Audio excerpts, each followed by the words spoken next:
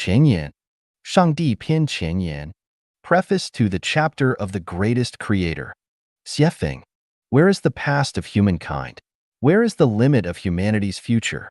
Can human wisdom prevent an asteroid from colliding with Earth? If we don't know or can't, then let us seek God. The first sentence of chapter 25 of the Tao Te Ching states, "There is a being, wondrous and mysterious, existing before heaven and earth." The Bible begins by stating, "In the beginning, God created the heavens and the earth." The Diamond Sutra says, "If one sees me through appearances and seeks me through sounds, that person is following a misguided path and cannot see the Tathagata, the greatest creator." The Book of Songs, the Ten of King One Great Brightness states, "This King One, with great care, serves God and enjoys many blessings." The renowned scientist Stephen Hawking wrote in Chapter 8, The Origin and Destiny of the Universe, in A Brief History of Time. The general theory of relativity itself cannot explain these features or answer these questions because it predicts that at the singularity of the Big Bang, the universe began with infinite density, and at that point, general relativity and all other physical laws break down. It seems that science has revealed a set of laws which, within the limits of the uncertainty principle, if we know the state of the universe at any moment, these laws will tell us how it evolves over time. These laws may have originally been established by God. One possible explanation is that God chose this initial structure of the universe for reasons beyond our comprehension. This certainly falls within the power of an omnipotent creator. Unless it was an act of God to create life like ours, explaining why the universe began in this manner is exceedingly difficult. Humans have 6 sensory organs: eyes, ears, nose, tongue, body, and mind. So they have 6 perceptions: vision, hearing, smell, taste, touch, and spirituality. Humans use these 6 perceptions to communicate with the material world and the non-material world. If a person were blind, how could we convince them that light exists in the universe? How could we prove the existence of light? We would be unable to. Without sight, one cannot perceive light. If a person were deaf, how could we convince them that sound exists in nature? How could we prove the existence of sound? We would be unable to. Without hearing, one cannot perceive sound. If a person lacked spiritual awareness and was spiritually ignorant, how could we convince them that the greatest creator exists in the universe? How could we prove the existence of the greatest creator? We would also be unable to. Without spiritual awareness, one cannot perceive the greatest creator. Spiritual awareness is an innate instinct. Through spiritual awareness, one can fully perceive the existence of the greatest creator. Everyone has spiritual awareness, so why do they still fail to perceive the greatest creator? This is because their spiritual awareness is obscured or dull, similar to how impaired vision prevents one from seeing clearly. When vision declines, wearing glasses can help one see clearly. When spiritual awareness is dull, enhancing wisdom can help one perceive the greatest creator. Some have used a paradoxical question to try to deny the existence of the greatest creator. Can the greatest creator create a stone that he cannot lift? This question presents a dilemma. If you say no, it denies the greatest creator. If you say yes, it implies that the greatest creator cannot lift the stone he created, which also denies the greatest creator. Thus, no matter how you answer, the result is to deny the greatest creator, at least in terms of his omnipotence. The person who devised this paradox is either very clever or malicious, aiming to confuse people's spirituality and lead them away from the greatest creator. Such a person is either Satan or someone not favored by the greatest creator. Unable to partake in the truth, they attempt to make others believe it is unattainable, similar to the saying about sour grapes. The question, can the greatest creator create a stone that he cannot lift, is a trap.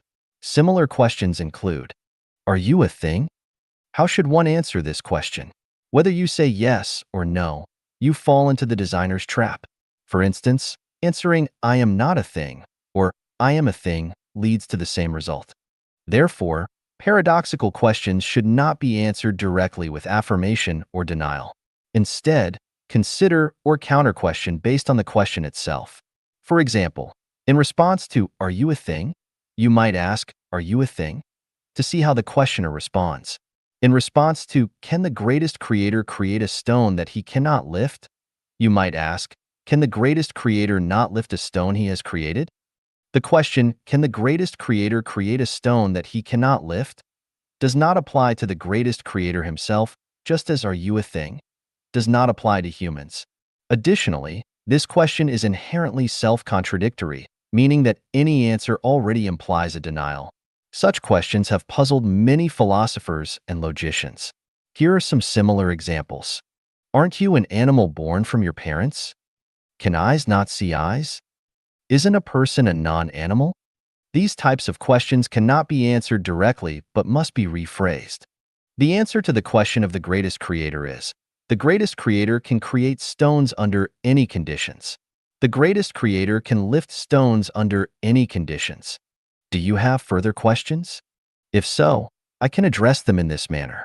First, I will ask, what does it mean to lift? If holding a stone with both hands and placing it above one's head constitutes lifting, then what about this definition? If not, what does lifting mean? If so, suppose the stone is the earth, and I stand upside down, holding the earth with both hands. Is the earth above my head then? You might argue that it isn't, because the earth is below my head. Fine. Then, if I move along the earth's meridian 360 degrees while performing the same action, the earth should be above my head at some point, right? No? So, which point in the universe is above us? Which point is below us? You might then argue that even though my hands are holding the earth and the earth is above my head, it's not me lifting it, but the earth's gravity pulling me. If so, we must first reconsider the meaning of lifting. What then is lifting? Regardless of how lifting is defined, by changing orientation, I can claim to have lifted the earth. If you agree that I lifted the earth, then I can prove that I did not lift it. So, does the question, can the greatest creator create a stone that he cannot lift, hold? We must seek the greatest creator and understand the greatest creator. Otherwise, we will never grasp the origins of the universe, the origin of life, the past and future of humankind. We will also fail to understand animal instincts and the purpose of life.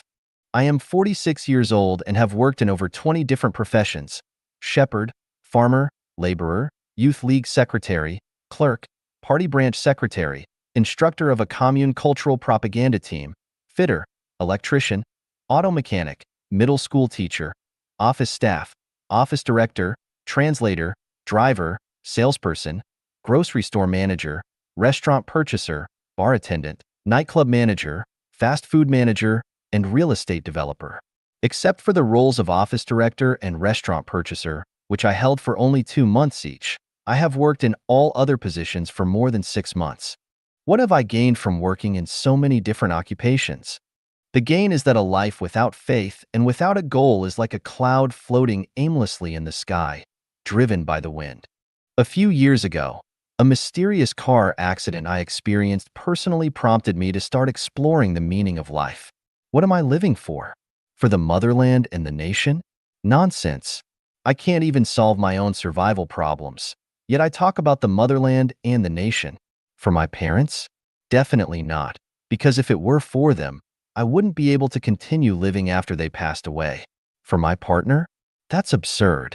If I didn't exist, my partner might actually live better. For my children? No. Why do people without children still continue to live? My children have established their careers, so why should I keep living? Living not only doesn't help my children anymore, but it also adds trouble and burden to them. For myself? Ridiculous. I can't decide my own birth, nor can I decide my own death. If I could choose, I would prefer to have no life, to be a zero. So, who brought me into this world? Am I a random product of my parents' accidental union? Absolutely not. The universe is governed by laws and rules. Everything is inevitable, and there are no purposeless accidental events. Everything that exists has its own purpose. So, what is the purpose of my existence? I can't tolerate living such a vague and confused life. Either I die, or I live clearly and transparently. Even if I don't know where I came from, at least I need to know where I'm going. Otherwise, if I were to suddenly encounter another car accident and die tomorrow, wouldn't that be an injustice? Will money help me understand the purpose of life? It seems that no millionaire in the world has ever solved the problem of life's purpose. If I wait until I am rich, I might not have much energy or time left to figure it out before I die. Besides, money is not something that can be obtained just by wanting it. Otherwise, everyone would be billionaires. Will power help me understand the purpose of life? Throughout history, how many emperors and ministers have appeared? Yet which one of them understood the purpose of life? Who among them left us a treasury of classical advice? Will becoming a scientist help me understand the purpose of life? Even greats like Newton, Einstein, and Stephen Hawking didn't understand the origins of the universe, humanity, or life.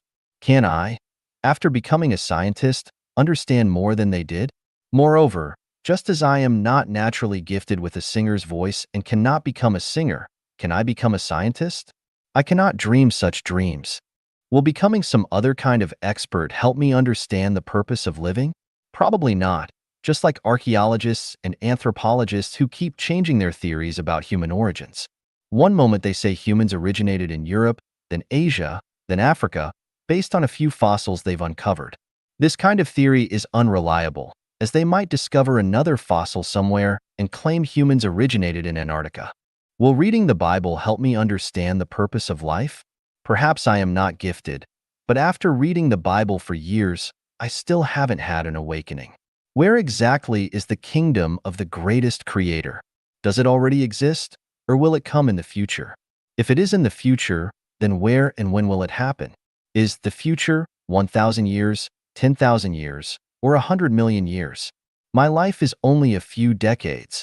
Can my body be resurrected? How is it resurrected? Jesus is God, no doubt about it.